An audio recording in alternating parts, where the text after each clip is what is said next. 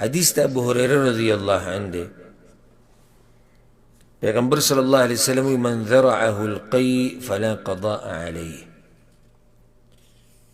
پچا باندې چې الټی زور راولي او دی الټی وکي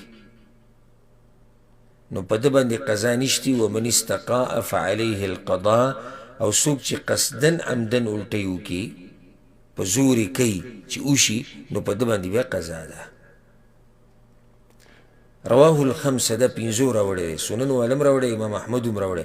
واعله احمد، او امام احمد یو څو علتونه ذکر کړي دي چې دا پکې یعنی کمزورتیا دا یا کمزوریانې دي. وقواه الدارقطني، او امام دارقطني دا روایت مضبوط کړی. او صحیح خبر هم دا ده، صحیح خبر هم دا ده چې دا روایت صحیح دی. ډیر علماو دا حدیث صحیح کړی. او په معاصرینو کې شیخ البانی رحمه الله په خپل کتاب ارواء الغلیل کې دا روایت صحیح کړی. او شیخ ابن باز رحمه الله په مجموع الفتاوی کې هم دا روایت صحیح کړی. دی حدیث کې دا دی چې من ذرعه القی ای سبقه وغلبه، یعنی په چا باندې چې الټۍ زورورې شوې د هغه اراده نه وه د الټۍ کولو، خو الټۍ پې زورورې شوه او راووتې د خولې نه، نو په ده باندې څه نشتي. القی، قی څه ته وایي په اصل کې؟ دا میده چې کوم خوراک او څښاک راوولي بهر ته دې ته الټۍ ویلی کېږي، قی ورته وایي.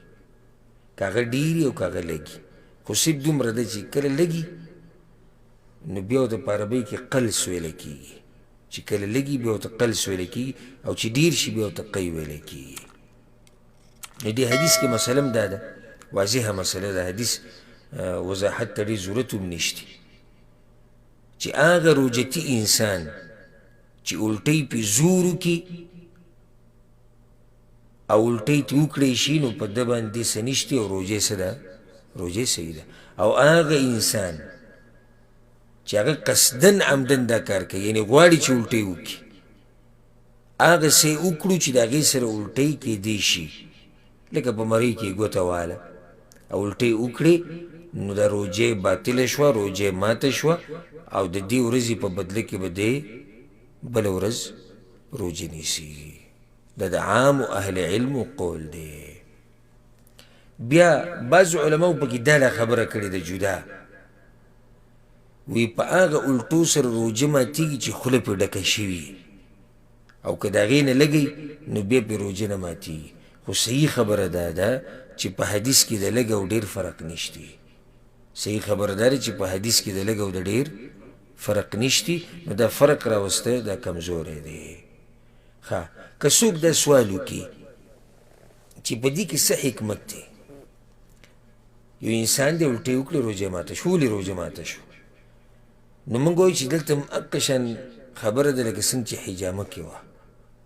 کله چې انسان الټۍ وکړي که نه دې سره انسان انتهایي کمزوری کېږي، او دا خو واضحه خبره ده. څوک چې کله بیماري شي او په دې بیمارۍ کې الټۍ ډېرې کوي نو خلک وایي د هغه الټو کولو د لاسه ډېر کمزوری شوی دی، وایي ځکه چې هغه څه چې معده کې دي هغه د ټول راوویستو.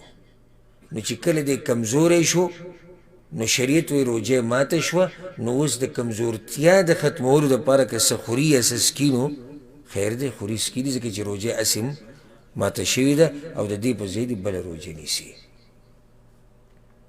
د کوم کس چې په خپله دا کار وکړو نو خو دی په دې روجه ماته شو ځکه چې ده په خپله دا کار کړی دی. هر چې هغه دی چې په چا باندې وکړی شو نو دی داسې دی لکه چا باندې چې زور زبردستي شوي، نو ځکه شریعت وایي روجه برابر ده.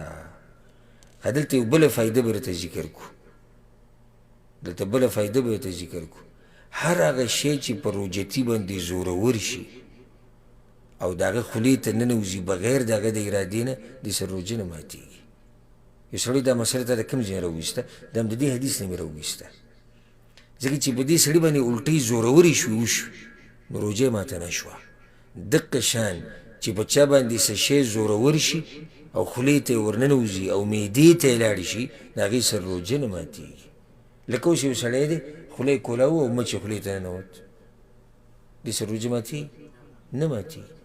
یا مثال کې په لاره روانو دوړې الوځي، غبار دی او هغې مرۍ ته ورننوتو، یا لګیا و په ځان یې اوبه اړولې، لامبلې، سر یې انځو او یعنې اراده نه وه د دې خبرې، غیر ارادي د ده پوزې ته اوبه ورننوتې یا خولې ته یې اوبه ورننوتې، نو هېڅ خبره نه ده، په دې کې څه نشتي او په دې سره روژه نه ماتېږي. والله اعلم.